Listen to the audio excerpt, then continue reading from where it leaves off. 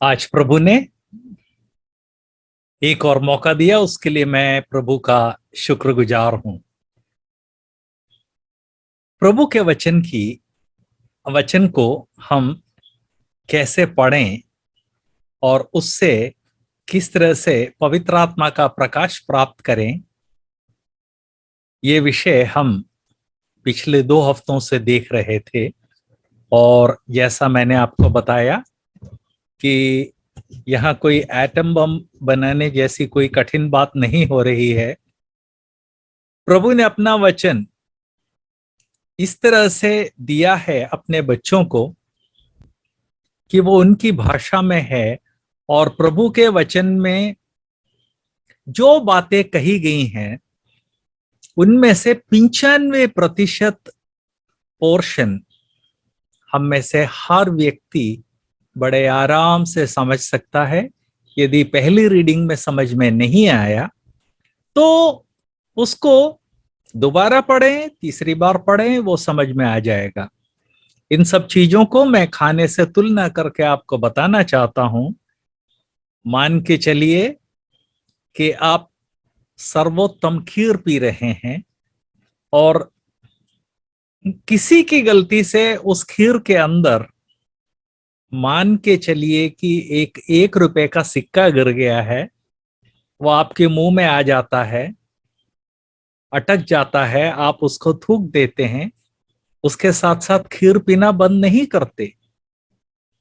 इसी तरह से प्रभु के वचन में यदि 5% चीजें हमको समझ में नहीं आती हैं तो उसका मतलब ये नहीं है कि बाकी 95% को हम फेंक दें। जिस तरह से हम एक खीर के अंदर कोई चीज पड़ी हुई है, अच्छी चीजों की बात कर रहा हूं, कॉकरोच की बात नहीं कर रहा, खीर के अंदर कोई चीज पड़ी हुई है तो उसके कारण हम पूरे खीर को त्याग नहीं देते। उसी तरह से प्रभु के वचन को जब हम पढ़ते हैं तब उसमें यदि 5% बातें समझ में नहीं आती हैं तो उसका मतलब ये नहीं है कि बाकी 95 को हम इग्नोर करें। और यदि ऐसा करेंगे तो वो हमारे ही आत्मिक जीवन को नुकसान करेगा। ये हो गई पहली बात। दूसरी बात, लोगों के बीच में जो गलतफहमी है कि बाइबल स्कूल जाना पड़ेगा, कमेंट्रीज होनी चाहिए पड़ेगी। जैसा मैंने आपको याद दिलाया कि प्रभु का वचन प्रभु ने ऐसी भाषा में लिखवाया है जो आम जनता की भाषा है। जिस समय खासकर नया नियम जब यूनानी भाषा में लिखा गया था तब कई प्रकार की यूनानी भाषाएं थीं, अति साहित्यिक यूनानी भाषाएं भी थीं। प्रभु ने क्यों अति साहित्यिक यूनानी भाषा का उपयोग क्यों नहीं किया? नया नियम क्यों आम आदमी की भाषा में लिखा गया? इसलिए लिखा गया कि प्रभु चाहते हैं कि हर व्यक्ति, इवन आम आदमी, प्रभु के वचन को पढ़े और उसको समझे। बस जरूरत सिर्फ इस बात की है कि हम जब प्रभु के वचन को पढ़ें तब समर्पण के साथ पढ़ें। इतनी बातें तो मैंने पिछले हफ्तों में जो कही थी उसका सारांश दिया। प्रभु के वचन को जब हम पढ़ते हैं तब अक्सर उल्टी सीधी व्याख्या की इच्छा जरूर होती है, और खासकर ब्रदरन कम्युनिटी में कुछ समय से उल्टी सीधी व्याख्या का बड़ा प्रचलन हो गया है। इसका इतिहास मैं आपको बाद में बताऊंगा, लेकिन इस तरह की जो औंधी व्याख्या है उसका एक उदाहरण मैं आपके सामने रखना चाहता हूं। मत्ती के शुभ संदेश 21वें अध्याय के पहले पद से हम इस तरह पढ़ते हैं। मत्ती 21 पहले अध्याय से, जब वे यरूशलेम के निकट पहुंचे और जैतून पहाड़ पर बेतफगे के पास आए तो यीशु ने 2 चेलों को यह कहकर भेजा कि सामने के गांव में जाओ और वहां पहुंचते ही एक गधी बंधी हुई और उसके साथ बच्चा तुम्हें मिलेगा, उन्हें खोलकर मेरे पास लाओ।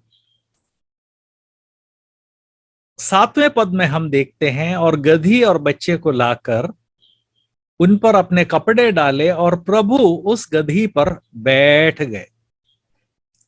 ये एक ऐसी घटना है जो हम सब जानते हैं। पिछले दिनों मैं एक संदेश सुन रहा था, तो उस भाई ने कहा कि इस संदेश की व्याख्या प्रेरितों के काम 2 अध्याय के 42वें पद में हमको मिलती है। प्रेरितों 2 के 42 में हम पढ़ते हैं, वे प्रेरितों से शिक्षा पाने और संगति रखने, रोटी तोड़ने और प्रार्थना में लौलीन रहे।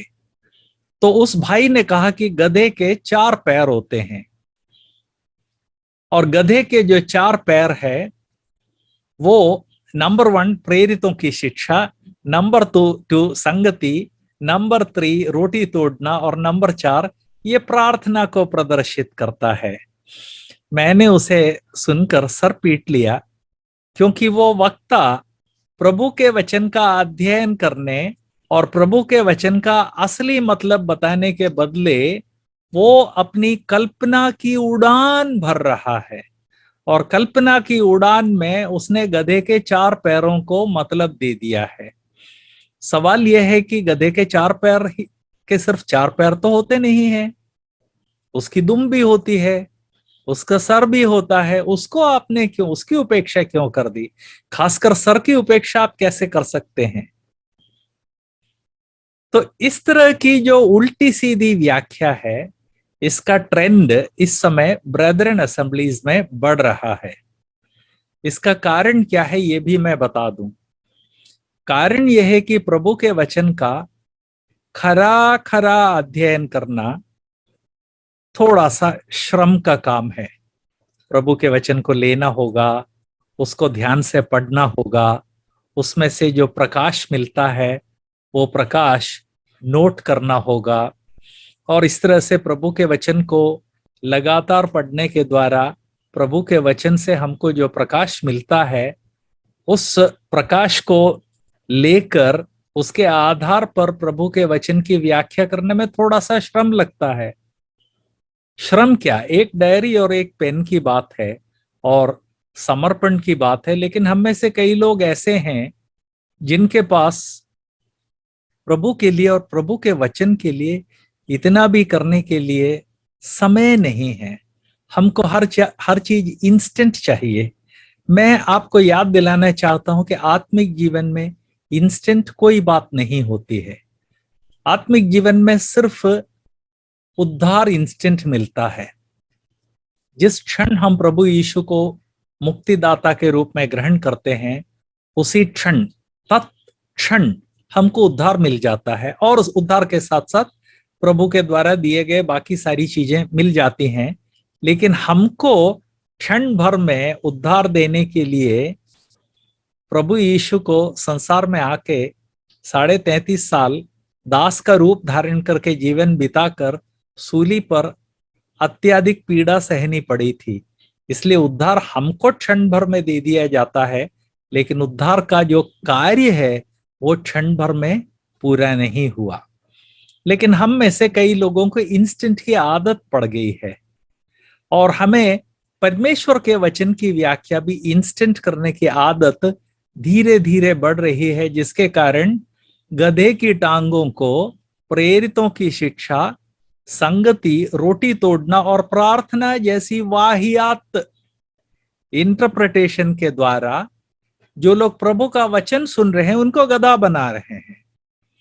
और जो लोग प्रभु का वचन सुन रहे हैं उनमें से कई लोग कहते हैं, अरे बाप रे, क्या डीप थॉट्स हैं।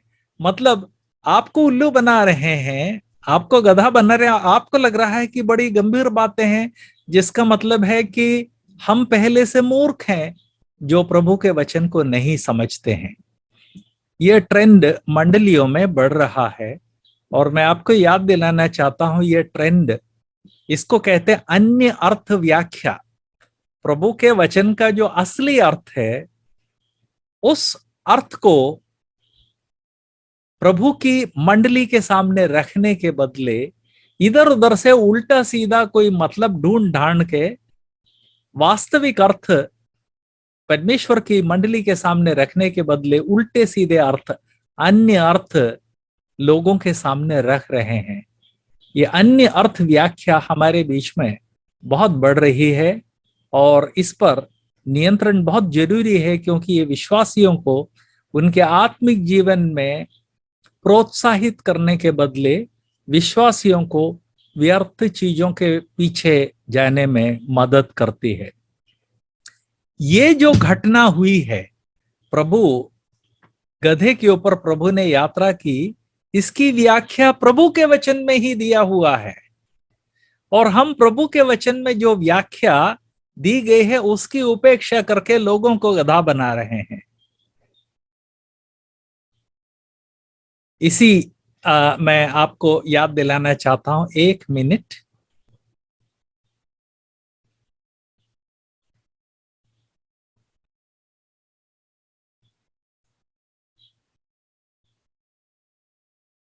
एक रेफरेंस मेरे हाथ से छूट गया था।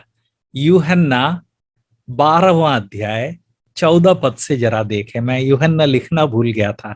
यूहन्ना 12वां अध्याय 14वें पद से हम जब पढ़ते हैं तब इस घटना की व्याख्या वहां दी हुई है। वहां लिखा हुआ है, जब यीशु को एक गधे का बच्चा मिला तो उस पर बैठा। जैसा लिखा है, हे सिय्योन की बेटी मत डरो, तेरा राजा गधे के बच्चे पर चढ़ा हुआ आता है। उसके चेले ये बातें पहले ना समझते थे, पर यीशु की महिमा प्रकट हुई तो उनको स्मरण आया कि ये बातें प्रभु के विषय में लिखी हुई थी और लोगों ने एग्जैक्टली इसी प्रकार व्यवहार किया, मतलब प्रभु का स्वागत किया था। Thank you brother Johnson. ये रेफरेंस ब्रदर जॉनसन ने ब्रैकेट में वो कमेंट बॉक्स में पोस्ट कर दिया है। मैं आपका आभारी हूं। यूहन्ना जो मैंने आपको बताया, बाप रे, एक रेफरेंस ना लिखो तो कितना गड़बड़ हो जाता है। यूहन्ना 12:14 से। तो प्रभु ना केवल एक गधे के ऊपर सवार हुए, प्रभु के वचन में ही उसके बारे में व्याख्या दी हुई है कि ये एक भविष्यवाणी है और जब वो भविष्यवाणी पूरी होगी तब समझना कि यही वो मसीहा है जो लोगों के लिए आए हैं। तो जब प्रभु के वचन में ही उसकी व्याख्या दी हुई है, इसके बावजूद हम प्रभु के वचन को छोड़कर अन्य अर्थ व्याख्या के पीछे जाते हैं, तो ये हमारे आलसीपन को दिखाता है। मेरे प्रिय भाइयों और बहनों, जिस प्रभु ने अपना जीवन मेरे आपके लिए दिया, उस प्रभु के वचन के अध्ययन की जब बात आती है तो हमसे समर्पण की उम्मीद की जाती है, आलसीपन की नहीं। और इस कारण आज एक बार और मैं सभी से अनुरोध करना चाहता हूं कि मेरे प्रिय भाइयों और बहनों, प्रभु के वचन के प्रति समर्पित हो जाइए। अन्य अर्थ व्याख्या के बारे में मैं 1-2 चीजें आपको बताना चाहता हूं। प्रभु का वचन स्पष्टतया जो बोलता है उसकी उपेक्षा करके दिमाग में जो कुछ आ जाता है वो वहां पर फिट कर देते हैं। अब इस गधे के बारे में ही मैं एक बात बताता हूं। मैंने इस तरह के संदेश सुने हैं। किसी प्रचारक से कहा जाता है कि प्रभु के प्रति समर्पण या कमिटमेंट के बारे में एक संदेश दीजिए, तो वो तुरंत इसी पैसेज को, गधे वाले पैसेज को उठा लेता है और कहता है कि उस गधे के समर्पण को देखिए, जरा सा गधा था लेकिन प्रभु को ले जाने के लिए कितना समर्पण उसके जीवन में था। इस कारण हमारे जीवन में भी समर्पण होना चाहिए। मतलब वो सुनने वाले को गधा बना रहे हैं और हम इसलिए गधे बन जाते हैं या मूर्ख बन जाते हैं क्योंकि हम प्रभु के वचन का अध्ययन नहीं करते। प्रभु ने गधे की जो सवारी की थी वो एक भविष्यवाणी का पूर्ण होना था जो प्रभु का वचन स्पष्टतया बताता है। मान लीजिए किसी से कहा जाता है अन्य अर्थ की मदद से किसी भी घटना को उठा के उसमें कुछ भी आप फिट कर दीजिए। ये प्रभु के वचन की व्याख्या नहीं है, ये प्रभु के वचन का अपमान है।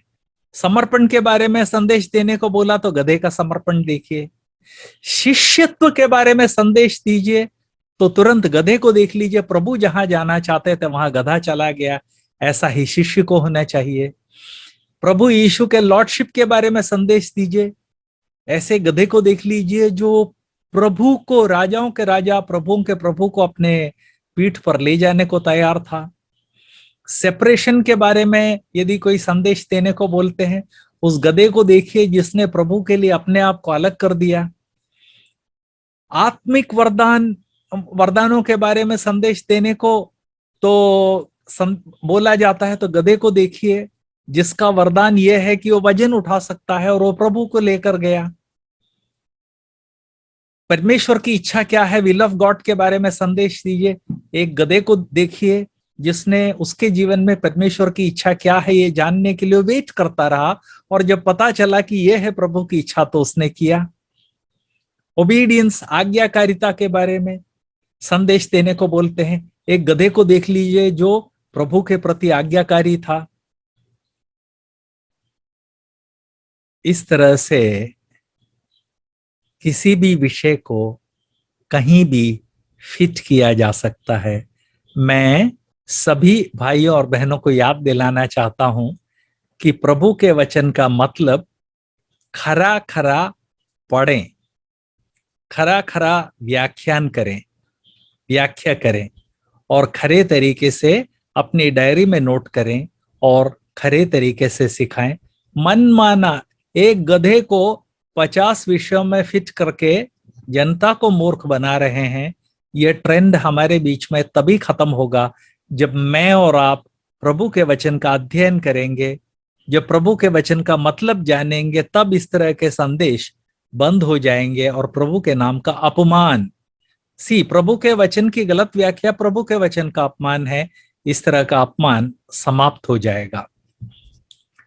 इतना कहने के बाद कई प्रश्न जो मेरे पास आते रहते हैं, उनमें से कुछ प्रश्नों का जवाब आज आपके सामने रखना चाहता हूं, क्योंकि जब भी मैं कहता हूं कि विश्वासी लोग प्रभु के वचन का अध्ययन करें तो कुछ ना कुछ प्रश्न आ ही जाते हैं, जिनमें से कुछ प्रश्न बहुत ही सिंसियर या खराई से लोग पूछते हैं, कुछ प्रश्न बस अपनी लापरवाही को छुपाने के लिए पूछे जाते हैं। इन सभी प्रश्नों का जवाब देना जरूरी है, जिससे कि हम में से हर व्यक्ति समझ सके कि मेरे आपके मन में प्रभु के वचन के अध्ययन संबंधित जो प्रश्न हैं वो वाकई में अज्ञान के कारण है या लापरवाही के कारण है। लापरवाही के कारण है तो हम लापरवाही छोड़ दें, अज्ञान के कारण है तो उत्तर को सुनकर समझ लीजिए।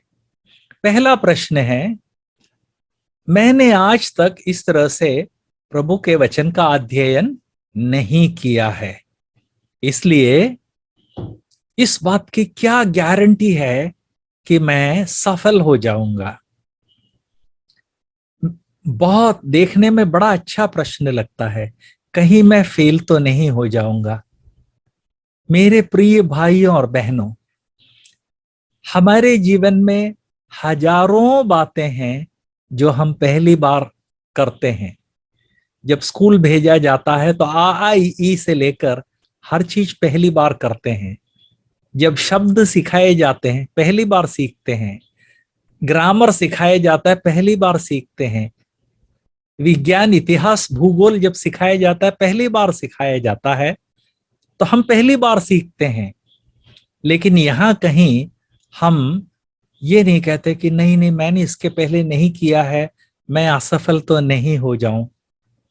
यहाँ पर जितने लोग प्रभु का वचन सुन रहे हैं, मेरा अनुमान है कि इनमें से ज्यादातर लोग साइकिल चला लेते हैं। साइकिल चलाने के लिए हम कभी ये नहीं कहते कि मैंने इसके पहले नहीं चलाया, कहीं गिर तो नहीं पड़ूंगा। ये कह के कितने लोग हैं जो साइकिल जिंदगी भर साइकिल से बचते हैं।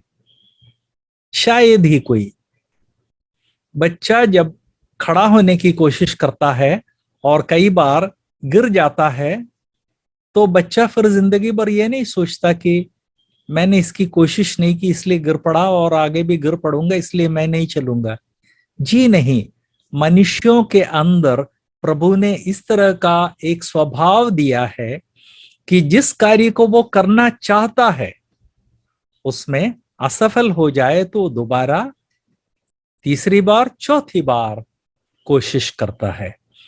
तो सिर्फ प्रभु के वचन के बारे में ही ये डर क्यों कि मैंने इसके पहले कभी नहीं किया, कहीं मैं असफल तो ना हो जाऊं, कहीं ये अपने लेजीनेस, लापरवाही और काम चोरी को छुपाने के लिए तो एक बहाना तो नहीं है। हम अपने आप से पूछें, और यदि आपको लगता है नहीं नहीं बहाना नहीं है, ये मेरा एक वास्तविक जेन्युइन प्रश्न है, तो उसका उत्तर यह है, मेरे प्रिय भाई, मेरी प्रिय बहन, किसी भी नई चीज को जब हम सीखने की कोशिश करते हैं, आजमाने की कोशिश करते हैं, तो कुछ में असफलता तो होती ही है, लेकिन असफलता जीवन में कभी हमको पीछे हटने नहीं देती है। इस मामले में भी यदि पहली बार आप सफल नहीं हो जाएं, तो पीछे हटने की जरूरत नहीं है। नियमित रूप से कोशिश कीजिए, सफलता जरूर आपको मिलेगी। इतना ही नहीं, कई बार जब हम कोई काम करना चाहते हैं और एग्जैक्टली सही दिशा नहीं मिल रही, हम क्या करते हैं? दूसरों से मदद मांगते हैं। इस मामले में भी आपकी मदद के लिए बहुत सारे लोग तैयार हैं, वे आपकी मदद करेंगे। मांग के तो देखिए, मैं 68 साल का हूं, इतनी उम्र होने के बाद भी जब कोई नया काम करता हूं तो मुझे इवन अपने से उम्र में छोटों से पूछने में कोई परेशानी नहीं होती है। जो फास्ट फूड वगैरह है और तेजी से जो खाने बनाए जा सकते हैं, उनके बारे में मैं अपनी बच्चियों से पूछता हूं। और उसी तरह से जब अन्य चीजें जैसे कंप्यूटर प्रोग्रामिंग है या साइंटिफिक बातें हैं, इनकी बातें आती हैं, तो मैं अपने बच्चों से पूछता हूं जो इन विषयों में एक्सपर्ट है। बच्चे बच्चे दोनों उसमें इंक्लूडेड हैं। तो इसलिए नंबर 1, दोबारा कोशिश कीजिए। नंबर 2, मदद देने के लिए बहुत लोग तैयार हैं, उनसे पूछिए। दूसरा प्रश्न, मैं स्वयं बाइबल का अध्ययन करने से हिचकिचाता हूं, कहीं ऐसा ना हो कि स्वयं बाइबल अध्ययन करने में मुझे बहुत सफलता मिल जाए और मेरा दिल कहीं घमंड से ना भर जाए। बहुत दूर की कौड़ी लाए हैं, कहीं मेरा दिमाग घमंड से ना भर जाए। हम में से हर व्यक्ति जीवन में 50 काम करता है जिसमें सफलता मिलती है। स्कूल में एग्जाम देते हैं, कॉलेज में एग्जाम देते हैं, डिपार्टमेंटल एग्जाम देते हैं, ड्राइविंग सीखते हैं और अपनी इच्छा की कोई वस्तु बहुत इच्छा के साथ खरीदते हैं। जब इनमें सफलता मिलती है तो वहां क्यों नहीं घमंड के बारे में फिक्र करते?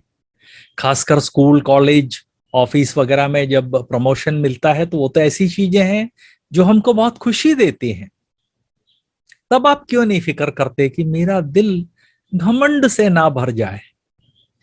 जो लोग इस तरह की बातें करते हैं कि मैं प्रभु के वचन का अध्ययन करूंगा और यदि प्रभु का वचन मुझे समझ में आने लगे आत्म स्वयं स्टडी से, तो कहीं मेरा दिल घमंड से ना भर जाए, मैं आपको याद दिलाना चाहता हूं, यह सिर्फ एक बहाना है।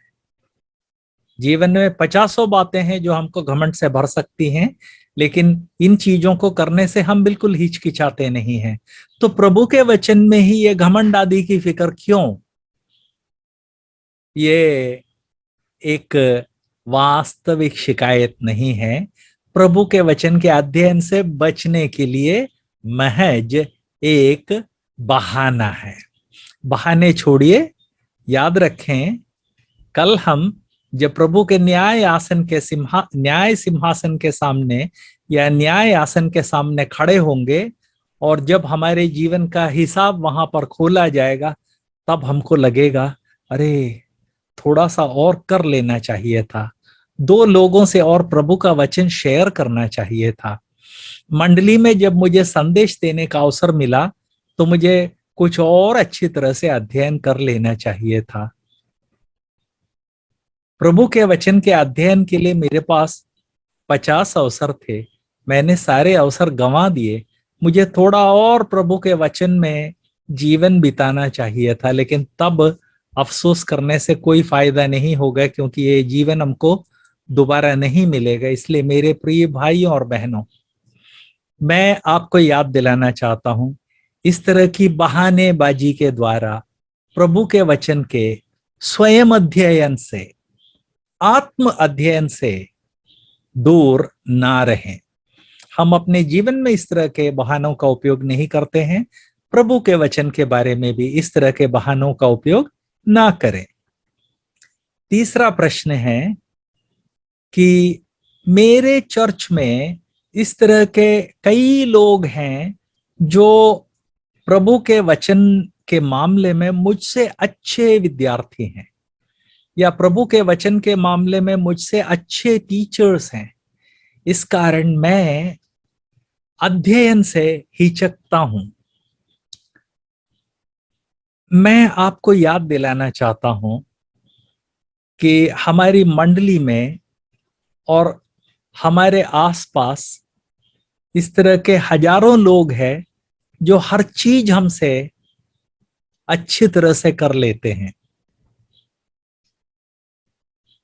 हमसे अच्छा खाना बना लेते हैं, हमसे अच्छी भाषा है, हमसे अच्छा लिख लेते हैं, हर चीज हमसे अच्छा कर लेते हैं, हमसे ज्यादा अच्छी ड्राइविंग करते हैं। लेकिन इसके कारण हम ड्राइविंग तो रोक नहीं देते, ड्राइविंग छोड़ते नहीं है, खाना बनाना तो बंद नहीं कर देते। हम जीवन में कोई भी काम इस कारण बंद नहीं कर देते कि हमारे चर्च में या हमारे परिवार में या मैं जिस दफ्तर में काम करता हूं वहां कोई तो भी है जो मुझसे ज्यादा अच्छी तरह से वो कार्य करता है। खासकर खाना बनाने के बारे में मैं याद दिलाता हूं कि ऐसी बहुत सारी स्त्रियां और ऐसे बहुत सारे पुरुष हैं जो गजब का खाना बनाते हैं, और वो खाना बना के परोसते हैं तो लोग उंगलियां चाट चाट कर खाते हैं। लेकिन उसका मतलब ये थोड़ी है कि जिन जिन को खाना बनाना है वो सब खाना बनाना बंद कर दे। कोई करता है क्या? मेरा पड़ोसी या मेरी पड़ोसी अच्छा भोजन बनाते हैं, मुझसे अच्छा बनाते हैं, इसका मतलब ये थोड़ी है कि हम अपने घर में भोजन बनाना बंद कर दें। तो इसलिए ये जो प्रश्न है कि मुझसे बहुत अच्छे बाइबल विद्यार्थी चर्च में हैं, इसलिए मैं क्यों अध्ययन करूं, ये सिर्फ एक बहाना है। या मुझसे अच्छे बाइबल टीचर्स हैं। देखिए, व्यक्तिगत बाइबल अध्ययन का लक्ष्य, प्रथम लक्ष्य आपको बाइबल टीचर बनाना नहीं है, और इस कारण मुझसे अच्छे बाइबल टीचर हैं इसलिए मैं क्यों अध्ययन करूं, ये भी सिर्फ एक बहाना है। व्यक्तिगत बाइबल अध्ययन का लक्ष्य है कि आप प्रभु के वचन को समझें, और जब आप प्रभु के वचन को समझें तब पवित्र आत्मा के प्रकाश के द्वारा आप अपने जीवन में आगे बढ़ें। क्योंकि हर एक मसीही एक शिशु के रूप में जन्म लेता है, धीरे धीरे वो बालक बनता है और उसके बाद वो प्रौढ़ हो जाता है। ये बातें प्रभु के वचन में कई जगह कही गई हैं, जैसे 1 कुरिन्थियों 5वें अध्याय का आखिरी हिस्सा, पहला कुरिन्थियों 2 अध्याय का आखिरी हिस्सा और 3 अध्याय, इब्रानियों की पत्री 5वां अध्याय आखिरी हिस्सा और 6वां अध्याय। उसके अलावा भी और कई जगह ये बातें कही गई हैं। नए जन्मे हुए बच्चों के समान परमेश्वर के वचन के निर्मल आत्मिक दूध की कामना करो, जब हम आत्मिक जीवन में शैशव अवस्था में हैं। तो मैं ये बात आपको याद दिलाना चाहता हूं कि प्रभु का वचन जब हम व्यक्तिगत अध्ययन करते हैं तब वो बाइबल टीचर बनने के लिए नहीं है। मेरे आत्मिक जीवन में पहले मुझे दूध मिले, जब मैं थोड़ा और बढ़ जाता हूं तो और ठोस भोजन मिले, और कुछ और बढ़ जाता हूं तो उससे भी अच्छा भोजन मिले। ये है व्यक्तिगत बाइबल अध्ययन का लक्ष्य। हाँ, यदि प्रभु ने किसी व्यक्ति को बाइबल टीचर बनाया है तो उसको टीचिंग करने दीजिए। आप काहे को परेशान होते हैं? इसका आपके आत्मिक जीवन से क्या संबंध है? वो अच्छा बाइबल टीचर है, बहुत अच्छी बात है, उसको सिखाने दीजिए, आप भी उसका आनंद लीजिए। लेकिन जस्ट बिकॉज वो अच्छा बाइबल टीचर, आप क्यों अपना व्यक्तिगत बाइबल अध्ययन बंद करते हैं? इसमें क्या तर्क है? इसके पीछे क्या कारण है? कोई कारण नहीं। कारण सिर्फ इतना है कि हम प्रभु के वचन का अध्ययन नहीं करना चाहते और उसके लिए बहाना बना रहे हैं। इस दुनिया में हर फील्ड में हमसे अच्छे लोग मिल जाएंगे, लेकिन उसके कारण हम में से कोई भी व्यक्ति अपने कार्यों को बंद नहीं करता है, बोरिया बिस्तरा बंद करके घर नहीं चला जाता। बाइबल स्टडी के बारे में भी ऐसा ही है। अगला प्रश्न है, मुझे नहीं मालूम कि मैं कहां से आरंभ करूं। ये एक जेन्युइन, ये एक सही प्रश्न है, क्योंकि किसी भी चीज को जब हम आरंभ करते हैं तो कहां से आरंभ करना है, ये अपने आप में एक प्रश्न है। उसके लिए मेरा सुझाव है, मेरे प्रिय भाइयों और बहनों, प्रभु के वचन से सबसे पहले तो सरल सरल विषयों को चुन लीजिए। जैसे उद्धार है, उद्धार संबंधित जो भी पद आपको मिलते हैं उनको कलेक्ट करके उनका अध्ययन कीजिए। उसी तरह से प्रभु के वचन में वे पुस्तकें जो सरलता से पढ़ी जा सकती हैं, जैसे गलातियों की पत्री। गलातियों की पत्री को 30 मिनट से कम समय में पूरा पढ़ा जा सकता है। उसी तरह से पत्रस, थिस्सलुनीकियों, तीमुथियुस, यूहन्ना की पत्रियां, यहूदा की पत्री, इनको क्विकली पढ़ा जा सकता है। तो इनमें से किसी एक छोटी सी पुस्तक को ढूंढ लीजिए, उसको बार बार पढ़िए। इवन यहूदा की पत्री को उठा लीजिए, उसमें सिर्फ 25 पद हैं। उसको एक 4 बार पढ़ेंगे तो अचानक आपको लगेगा कि बाप रे, इस पत्री में जो पवित्र आत्मा ने कहा है उसका आउटलाइन मेरे दिमाग में आ रहा है। पहले 3 पद में ये कहा गया है, अगले 3 पद में ये कहा गया है, अगले 3 पद में ये कहा गया है। तो यदि आपको नहीं मालूम कि कहां से स्टार्ट करना है तो उसके बारे में ये एक जेन्युइन प्रश्न है। हम में से कई लोगों को समस्या होती है। कुछ सरल विषय चुन लीजिए और उन विषयों का अध्ययन कीजिए। उसके अलावा प्रभु के वचन से कुछ ऐसी पत्रियां चुन लीजिए जो काफी छोटी हैं, जिनको आप एक बार में पढ़ के खत्म कर सकते हैं। यहूदा की पत्री को तो आप 30 मिनट में कम से कम 6-7 बार पढ़ सकते हैं। पढ़िए, आपको जीवन देने वाली बात हो रही है। जब हम 50 बातों के लिए समय देते हैं तो प्रभु के वचन के लिए समय क्यों ना दें? और फिर जब आप इस तरह से उसको बार बार पढ़ते हैं तब उसमें से जो प्रकाश आएगा उसको नोट करते चले जाएंगे। तो ये आरंभ का जो ये प्रकाश है वो आपको आगे बढ़ने के लिए दिशा देगा। आजकल तो अपन सब लोग शहरों में रहते हैं, इस कारण मैं जो बता रहा हूं ये आजकल हम देखते नहीं हैं, लेकिन आप समझ सकते हैं। मेरी मां का घर एक बहुत ही ज्यादा बीहड़ गांव में था, या गांव में है। 30-30, 40-40 फुट ऊंचे, 50-50, 60-60 फुट ऊंचे पेड़, घने पेड़ है, जंगल नुमा जगह है। आज भी ये स्थिति है।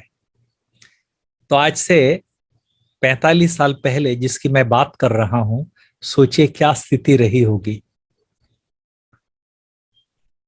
कुछ साल मैं केरल में जब काम करता था, तब अपना वीकेंड माँ के घर में, मामा के घर में बिताता था। आज बहुत पावरफुल टॉर्च उपलब्ध है। उस समय अच्छे पावरफुल टॉर्च आज से 45 साल पहले उपलब्ध नहीं थे, और जो थे वो भी बहुत महंगे पड़ते थे। इन टॉर्च को के साथ मैं अपने वीकेंड में अपने मामा जी के घर चला जाता था। नौकरी करता था, नौकरी के बाद बहुत मुश्किल से बस मिलती थी। उस बस में 2 घंटे बैठने के बाद मेन रोड पर छोड़ जाता था, जहां से फिर 2 किलोमीटर जंगल नुमा फील्ड से होकर घर पहुंचना पड़ता था। उस समय के जो टॉर्च है उसको आप ऑन कर लीजिए। 45 साल पुराने टॉर्च की बात कर रहा हूं। ऑन कर लीजिए, 10 फुट से ज्यादा आपको नहीं दिखता, ज्यादा से ज्यादा 10 फुट। और कई बार बस से जब उतरता था तब पता चलता था कि आज थैले में टॉर्च तो डाला ही नहीं।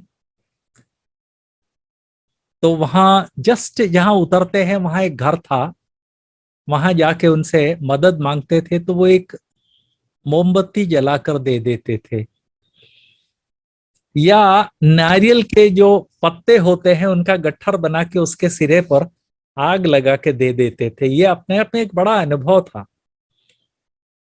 चाहे टॉर्च हो या मोमबत्ती हो या नारियल के जलते हुए पत्ते हो, आप 10 फुट से ज्यादा नहीं देख सकते, और आपको चलना है 2 किलोमीटर। और दोनों तरफ पेड़ ऐसे भयंकर खड़े हुए हैं जैसे कि अति विशाल प्रेत खड़े हुए हों, और आवाज भी ऐसी आती है। लेकिन मैंने वहां जाना बंद किया क्या? नहीं। इसलिए कि 2 किलोमीटर दिखे या ना दिखे, यदि 10 फुट दिख जाता है और यदि आप 10 फुट आगे चल लेते हैं तो अगला 10 फुट दिखने लगता है। उस घोर अंधकार में एक एक फुट जब हम आगे बढ़ते हैं, वैसे वैसे अगला एक एक फुट दिखता चला जाता है। इसी तरह से प्रभु के वचन का जब हम अध्ययन करते हैं, तब कहां से स्टार्ट करना है ये शायद हमको ना मालूम पड़े, लेकिन एक बार आप जब स्टार्ट कर देते हैं तो अगला अगला फुट, अगला फुट, अगला फुट, या कुछ और अध्ययन कर लेते हैं तो अगले 10 फुट, अगले 10 फुट, इस तरह से आपको अपने आप प्रकाश मिलता चला जाता है। और इसलिए यदि आप नहीं जानते कि कहां से अध्ययन चालू करना है, तो एक सरल सा विषय, एक या दो विषय लेकर उसका अध्ययन कीजिए। एक या दो सरल पत्रियां लेकर उसका अध्ययन शुरू कर दीजिए। मैं हमेशा रेकमेंड करूंगा कि गलातियों की पत्री से आरंभ करें, लेकिन गलातियों के अलावा यूहन्ना की पत्रियां भी हो सकती है, यहूदा की पत्री भी हो सकती है, पत्रस की पत्रियां भी हो सकती हैं। इनमें से किसी को लेकर अध्ययन कीजिए, और जैसे जैसे शुरू में आप 1 फुट आगे बढ़ेंगे अगला फुट नजर आएगा, कुछ समय के बाद 10 फुट आगे बढ़ेंगे तो अगला 10 आपको नजर आ जाएगा। अगला प्रश्न है, अभी मेरे जीवन में अच्छा अवसर नहीं है, मैं एक ऐसे अवसर के इंतजार में हूं जहां मैं अच्छी तरह से प्रभु का वचन पढ़ सकूं। ये कुछ लोग गलतफहमी के कारण बोलते हैं, कुछ लोग जानबूझकर प्रभु के वचन को दूर रखने के लिए करते हैं। मैं आपको याद दिलाना चाहता हूं कि जो काम हम करना चाहते हैं उसके लिए कभी अवसर का इंतजार नहीं करते, उसको तो तुरंत करते हैं। प्रभु के वचन के अध्ययन के लिए क्यों मैं अच्छे अवसर के इंतजार में हूं, प्रभु के वचन के लिए क्यों इस तरह का बहाना हम बनाते हैं। इवन गैर मसीही लोग जानते हैं कि अवसर की तलाश में रहोगे कभी नहीं मिलेगा, मतलब इस तरह से बहाने के रूप में। मैं जब स्कूल में पढ़ता था तब रास्ते में एक प्याऊ पड़ता था। उस प्याऊ के ऊपर 2 लाइन लिखे हुए थे, उसमें पहली लाइन थी, जब तक है जिंदगी फुर्सत न मिलेगी काम से। तो इसलिए यदि आपको लगता है अभी अवसर अच्छे नहीं है, मैं एक अच्छे अवसर के तलाश में हूं, जिंदगी भर वो अवसर नहीं मिलेगा। हम जो भी काम करना चाहते हैं उसको तुरंत करते हैं, उसी तरह से प्रभु के वचन का अध्ययन भी तुरंत शुरू कीजिए, क्योंकि ये देखा गया है कि जो व्यक्ति अवसर का उपयोग, मतलब इंतजार करने के बदले जो उसके सामने आ गया है उसका उसका उपयोग करता है, उसके सामने अवसर ही अवसर ही अवसर आते जाते हैं। मैं इसका एक उदाहरण देना चाहता हूं। आज से लगभग 60 साल पहले एक आदमी ने पहले फोटोकॉपियर मशीन का आविष्कार किया, सबसे पहले फोटोकॉपियर मशीन का आविष्कार किया। उसने उस समय दुनिया की जो सबसे बड़ी कंप्यूटर कंपनी थी IBM, उनको ले जाकर दिया कि आप चाहें तो ये पेटेंट मुझसे खरीद लें। IBM के जो इंजीनियर वगैरह थे उन्होंने देखा इसको, उन्होंने कहा नहीं नहीं नहीं, बेकार का आविष्कार है। IBM ने उसका तिरस्कार कर दिया। वो आदमी एक और कंपनी के पास गया जो काफी छोटी कंपनी थी। कंपनी के इंजीनियर्स ने जैसे ही ये आविष्कार देखा, वो एकदम से उन्होंने उसको ग्रैब कर लिया। वो कंपनी फोटोकॉपियर मशीन के कारण दुनिया की सबसे बड़ी कंपनीज में एक बन गई। आज भी उसका नाम आप में से कई लोगों को मालूम है, जीरोक्स। फोटोकॉपी कर लो, उसका पर्यायवाची शब्द बन गया, इसका जीरोक्स करवा लो। जीरोक्स कंपनी के जो इंजीनियर थे, देखते ही उन्होंने पहचाना कि यह अवसर है। तो इस कारण मैं आपको याद दिलाना चाहता हूं कि मैं एक और अच्छे समय की तलाश में हूं। इस तरह से जो बोल के लापरवाही करता है उसके जिंदगी में कभी अच्छा अवसर नहीं आता है। लेकिन जो जो भी अवसर उसके सामने है उसका उपयोग करता है, वो जिस तरह से जीरोक्स दुनिया की सबसे बड़ी फोटोकॉपी कंपनी बन गया था, उसी तरह से अपने जीवन में, आत्मिक जीवन में वो और अधिक अवसर पाता है। एक और प्रश्न है, हाँ जरूरत हुई तो मैं थोड़ा बहुत समय निकाल सकता हूं, लेकिन थोड़ा बहुत समय प्रभु के वचन के अध्ययन के लिए मैं डिवोट करूं, उसमें क्वालिटी नहीं आ पाएगी। ये जो क्वालिटी टाइम है, ये अपने आप में एक बहुत बड़ी मिथ्या है, एक बहुत बड़ा झूठ है जो मसीही जगत के बाहर से आया है।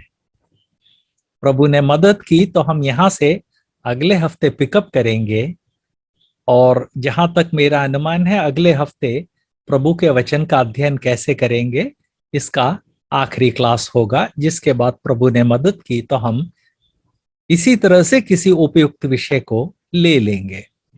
लेकिन ये जो क्वालिटी टाइम है, इसके बारे में मैं याद दिलाना चाहता हूं कि क्वालिटी टाइम जैसी कोई चीज नहीं होती है।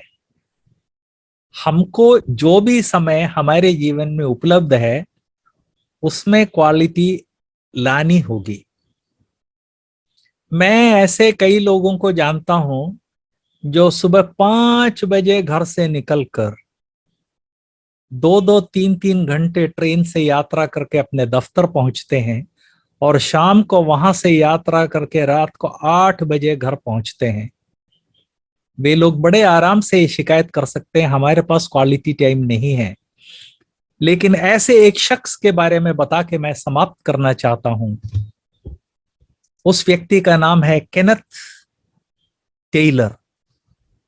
केनेथ टेलर को फाइनली लगा कि मैं बच्चों को समय नहीं दे पा रहा, तो वो जब ट्रेन से यात्रा करता था तो जाते समय और आते समय आसपास के लोगों के साथ बातचीत करने के बदले, ताश खेलने में समय वेस्ट करने के बदले उसने प्रभु के वचन को पढ़ना शुरू किया।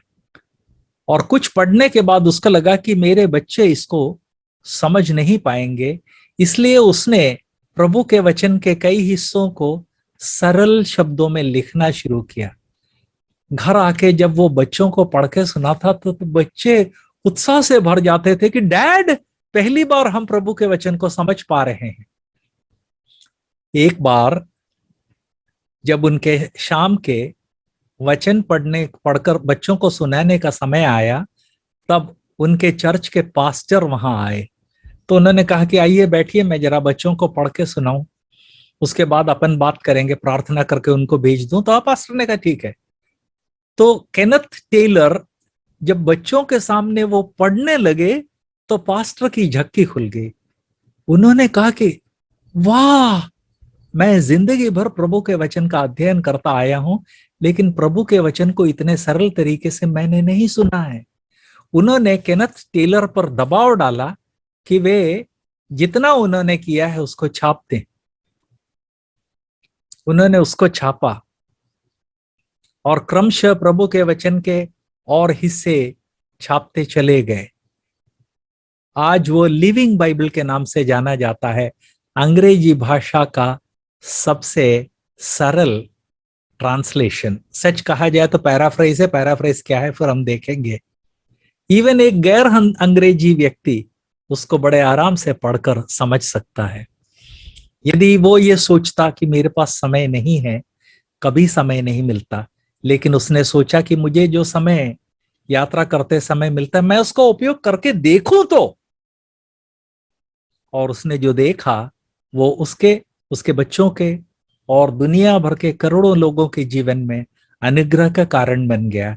इसलिए मुझे समय मिलेगा, थोड़ा सा मिल सकता है, लेकिन उसमें क्वालिटी है या नहीं मैं नहीं समझ पा रहा। इस तरह से यदि कोई सोच रहा है तो मैं उसको याद दिलाना चाहता हूं, क्वालिटी पैदा की जाती है, अपने आप नहीं आता है। जो समय प्रभु ने आपको दिया है उसका उपयोग करना शुरू कीजिए, क्वालिटी अपने आप आ जाएगी।